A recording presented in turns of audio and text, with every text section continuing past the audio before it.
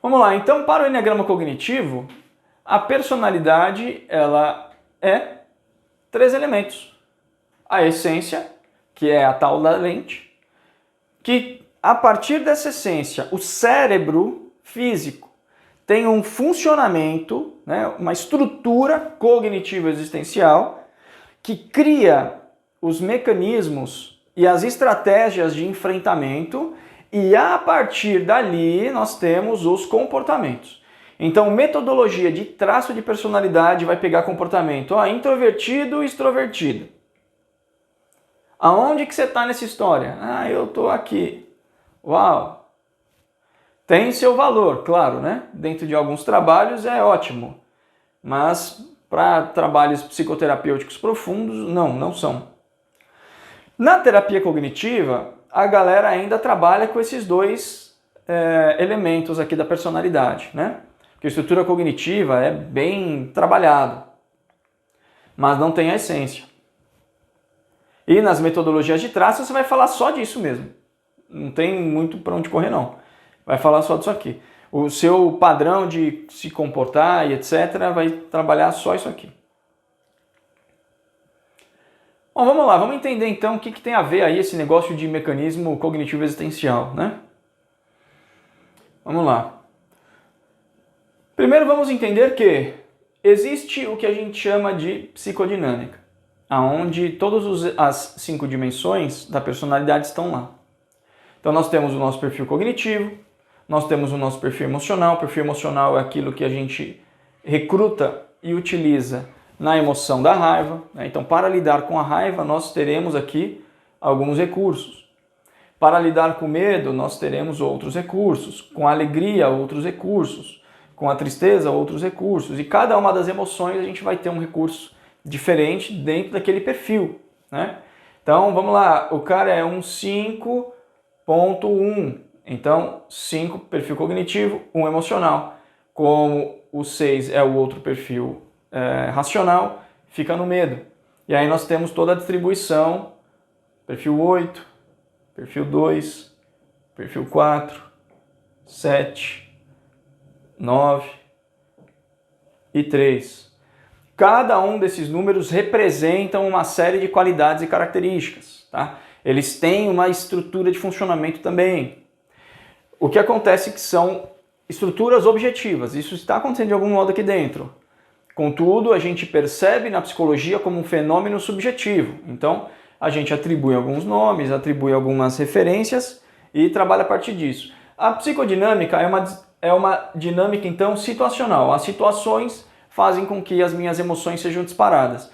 E para cada emoção, o meu sistema de percepção é alterado.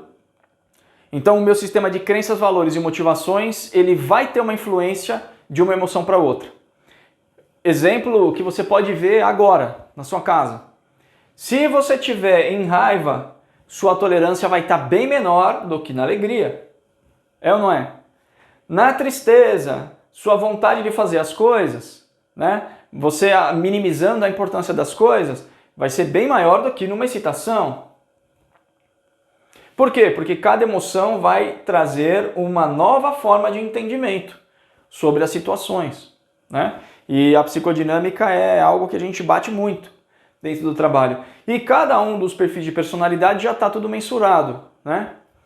É um trabalho bem denso aí para mapear todo esse processo das personalidades.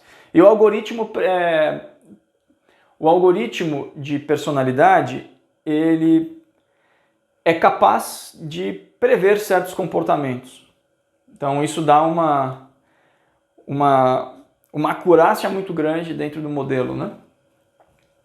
E aí nós temos a dinâmica existencial, que a gente fala dos níveis de saúde mental. Nós temos 9 níveis de saúde mental. Então nós temos ali uma coluna, né, com 9 níveis de saúde mental. Você já deve ter visto aí em algum outro vídeo aqui do canal. Então, do 1 ao 9, cada um desses níveis que a gente representa aqui, né? Aqui no caso nós estamos falando do nível 4, nível 5. Cada um desses aqui vai ter a sua própria psicodinâmica.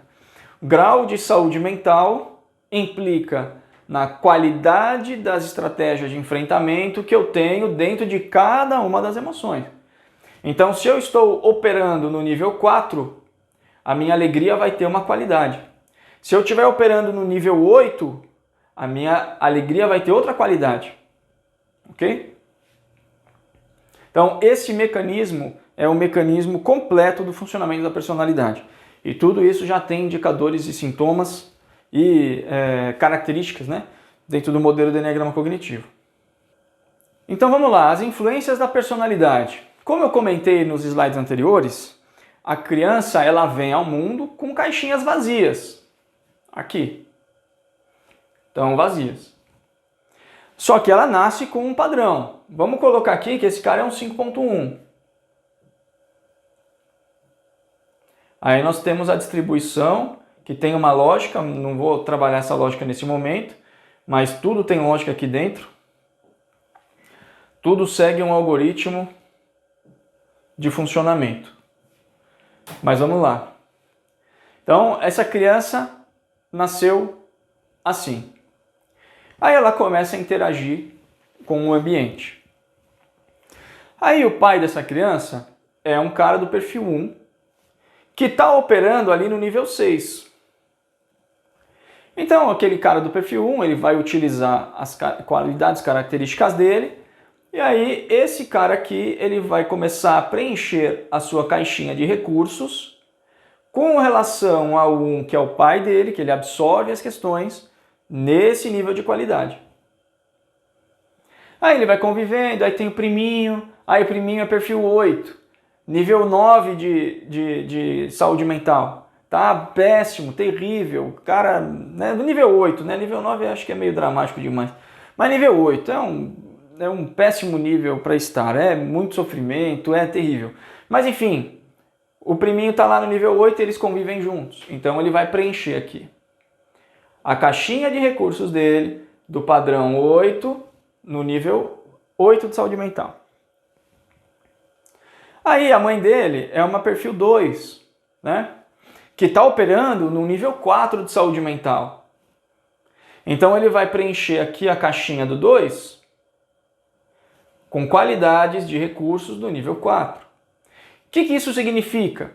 Essa criança, quando ela se perceber numa raiva, ela vai utilizar a caixinha do 1 no nível 6 de qualidade.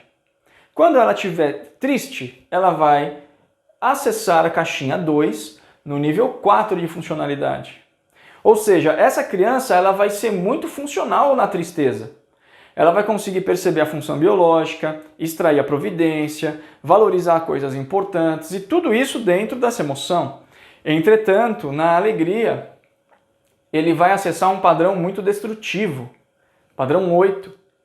É muito provável que essa criança comece a ter, a lidar com a alegria de uma maneira disfuncional. Pode gerar vícios, obsessão e etc. Por quê? Porque aqui a caixinha de recurso dela está sendo preenchido com uma qualidade ruim. Agora vamos lá. Aí esse indivíduo ele vai acabar preenchendo com todos os elementos, né? Porque não é porque o pai dele é só um que ele também não revela qualidades dos outros padrões. Ele vai ter tudo isso, mas de forma predominante aqui, né? Porque o pai é 1, a mãe é 2, o primo é 8. Então ele vai absorver isso. Enfim, então essas são as influências na personalidade. Só que o que acontece? Essa criança ela vai crescer e ela está operando nesses níveis aqui, né? Conforme ela vai crescendo, ela vai utilizar mais esses recursos e vai reforçar esses recursos. Aí na adolescência vai lá conhecer o amigo 3, a namoradinha 6, os amigos 7 e vai absorvendo esses recursos, vai ficando meio que vai fazendo meio que uma média ali, né, a respeito dos níveis de saúde mental, né, do grau de qualidade. Só que conforme ele vai vivendo, ele vai reforçando isso. Então, muitas vezes, os adultos têm dificuldade em fazer uma limpeza de recursos disfuncionais, porque isso já está bem batido dentro da personalidade.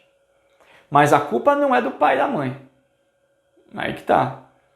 Você acha que a culpa da sua personalidade e do que você é hoje é do seu pai e da sua mãe? Mas não é, né? Então, esse negócio de culpar terceiros no Enneagrama Cognitivo não existe, né? Você provavelmente que está vendo esse vídeo é maior de idade. Então a responsabilidade de fazer uma limpeza nos seus recursos é tua. Não tem a ver com seu pai e com a sua mãe, não. Tá? Muito provavelmente todas as pessoas que passaram pela sua vida fizeram o melhor que puderam, dentro do que elas tinham. Mas nem sempre aquilo é funcional. E cabe a você agora fazer uma limpeza do seu modelo, né, dos seus recursos, para que eles fiquem mais funcionais. Vamos lá, vamos fazer algumas perguntinhas aqui que são bem frequentes, né? Dentro do Enneagrama Cognitivo.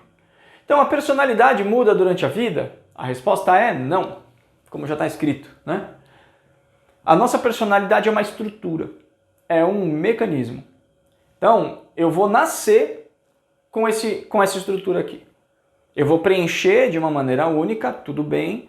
Dentro da minha vida, eu terei a minha responsabilidade em limpar o que não presta e aprender o que presta, mas eu não mudo a minha estrutura. Esse indivíduo, 5.1, sempre utilizará essa caixinha 1 na raiva. Sempre utilizará o 2 na tristeza, o 6 no medo, o 5 sempre será o padrão cognitivo. Isso sempre vai acontecer porque é estrutural. Tá? Isso não vai mudar. O que vai mudar é o grau de recurso. Ele vem, ele tira esse recurso ruim e aprende um novo. Ele sai ali do nível 6 para o nível 5. E assim vai. E vai ficando mais funcional. O grande problema é que a tendência dos mecanismos é perderem funcionalidade durante a vida. Mas isso não é assunto para esse vídeo. Quem quiser, deixa nos comentários que eu faço depois uma aula avançada. Então, tudo que a gente vê na psicodinâmica são adaptabilidades. A gente vai ter adaptabilidades. Mesmo porque, na vida, a gente também muda a questão hormonal, fisiológica, também tem uma série de impactos, mas estruturalmente a gente não muda não.